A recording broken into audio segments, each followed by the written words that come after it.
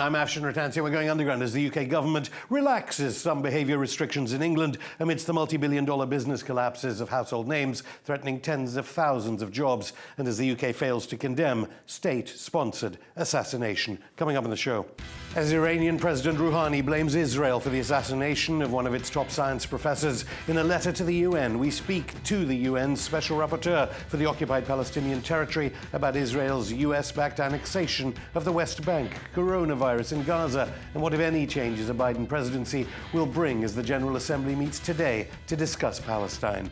And what is monopsony capitalism as NATO nation high street clothes chains collapse amidst coronavirus economic destruction? Is the era of cheap foreign labour to make our shoes and clothes about to end? And could sweatshops, ironically, increase worker power? All this and more coming up in today's Going Underground. But first, today the UN meets to discuss Palestine in the wake of a UN International Day of Solidarity. This while Israel is being blamed for aggression not just against the Palestinians, but also Iran after the assassination of the Middle East oil superpower's top physicist, Mohsen Fakhrizadeh. Joining me now from Ontario in Canada is the UN Special Rapporteur for the human rights situation in the Palestinian territories occupied since 1967, Professor Michael Link. Thank you so much, Michael, for coming on. I've got to say that when you were appointed Special Rapporteur, you probably didn't think you were going to be thinking of the illegal occupation in the context of a global pandemic. How bad is coronavirus in the occupied territories, let alone Gaza?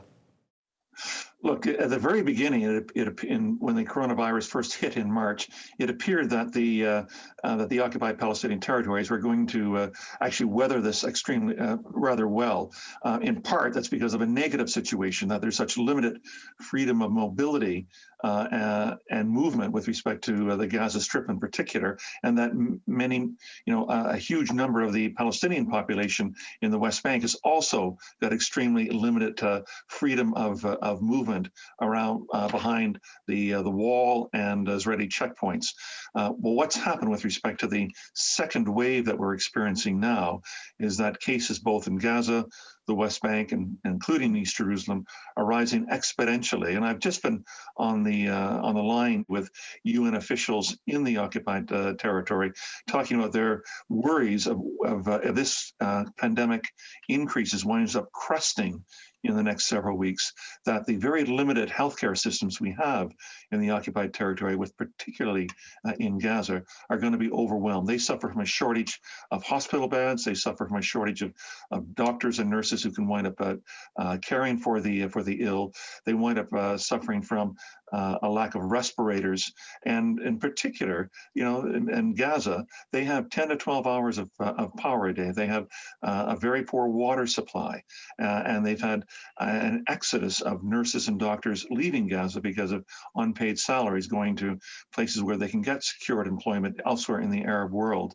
So there's every indicator now that the coronavirus is going to leave a devastating path in its wake in the occupied territories, and particularly in Gaza.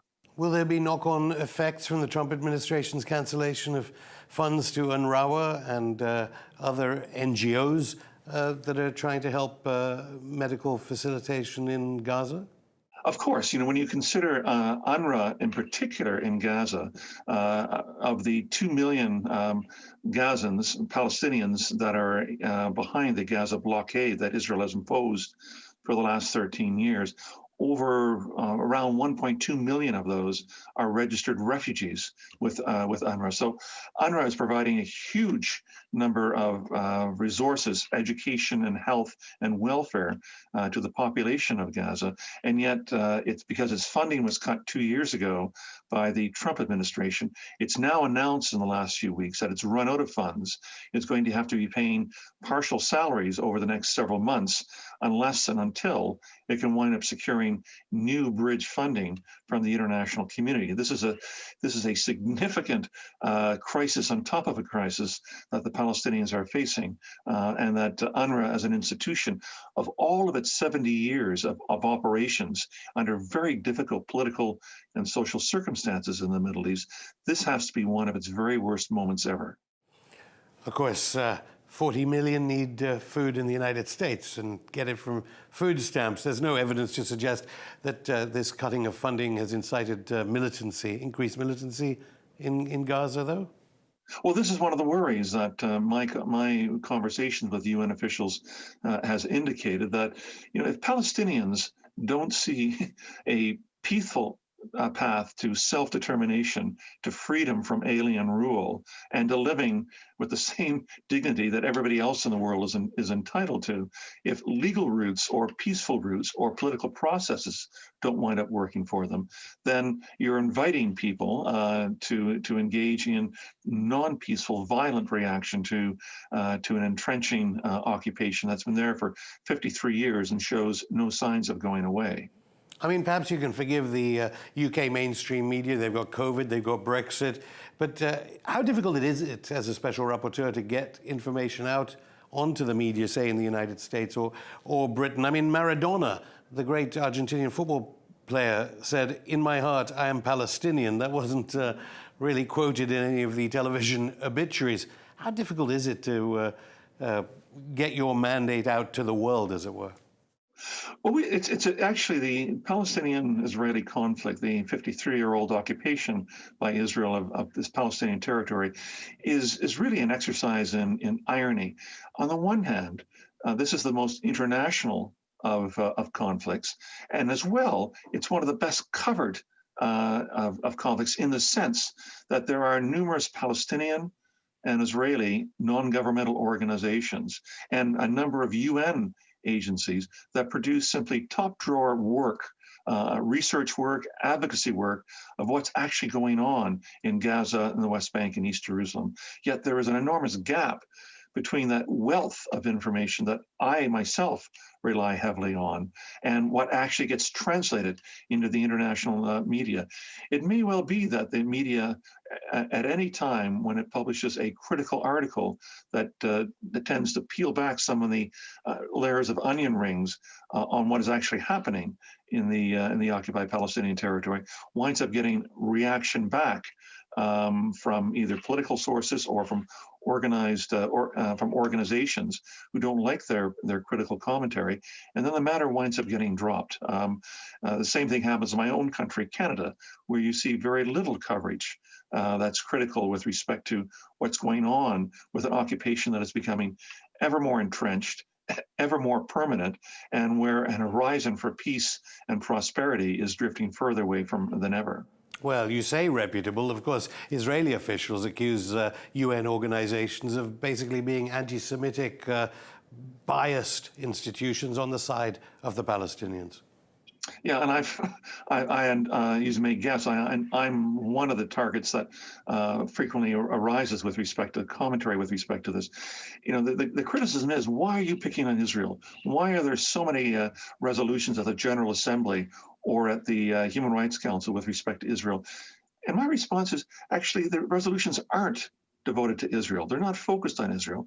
They're focused on Israel's occupation of the Palestinian territory, of which there is almost wall-to-wall international consensus, at least at the diplomatic level, that this is an occupation, that Israel is an occupying power, that Israel is in violation of a number of the basic tenets of international humanitarian law. So what we have with this particular conflict is an enormous gap between promise and performance. How quick was the world to respond when there was, invasions or other international human rights crises, say in Myanmar or in Africa?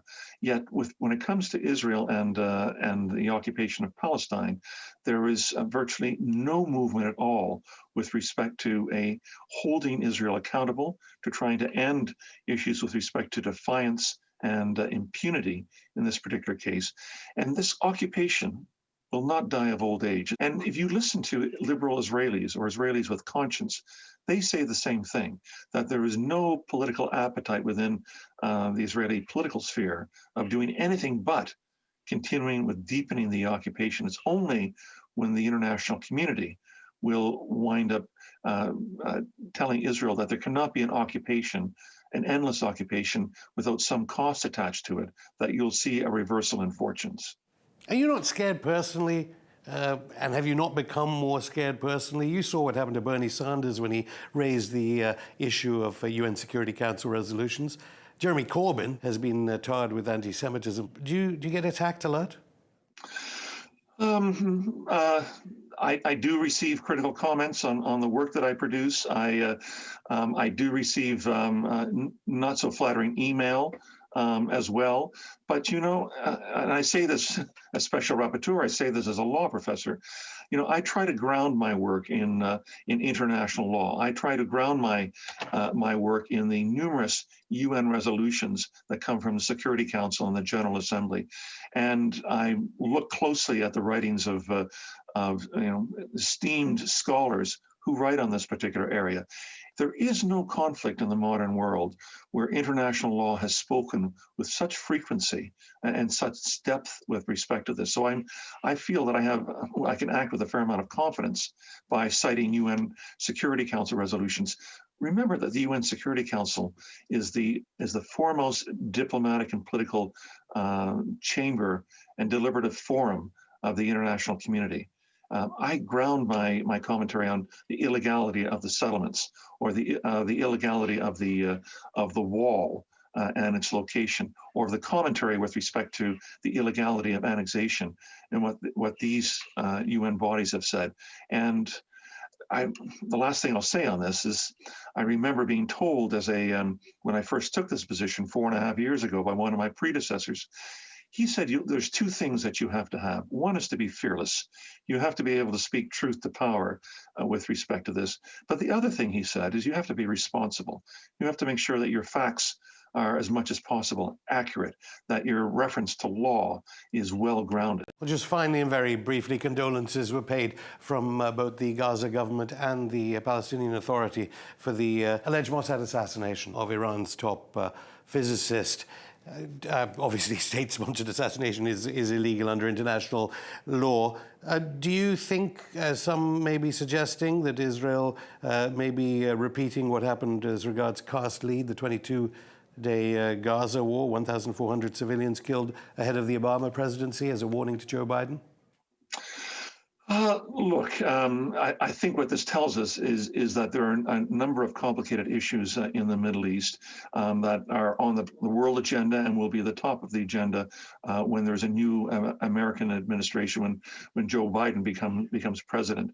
I guess what I can say is I very much want the American administration to be actively engaged in trying to find a final, just, and durable solution with respect to the Israeli occupation of Palestine and enable Palestinian self-determination. What I fear is that there are a number of competing issues in the Middle East, including and especially Iran, and that the presidency of Joe Biden may consider that that may be where they want to expend their limited political capital in the Middle East and devote their efforts to try to re-engage Iran, as they should, and try to see if a new or revised agreement can be entered into with respect to the development of nuclear power, as it should. But I hope that doesn't take precedent over the need to finally bring to a just and durable end the Palestinian-Israeli conflict and allowing the Palestinians and Israelis to have a shared future that's going to be based on prosperity and human rights and equality in the Holy Land. Special Rapporteur, thank you. My pleasure. After the break. Monopsony capitalism as British brand Topshop, promoted by working-class fashion icon Kate Moss, collapses, threatening tens of thousands of jobs. Could NATO nation supply chains supercharge a global working class that ends sweatshops forever? All this and more coming up in part 2 of Going Underground.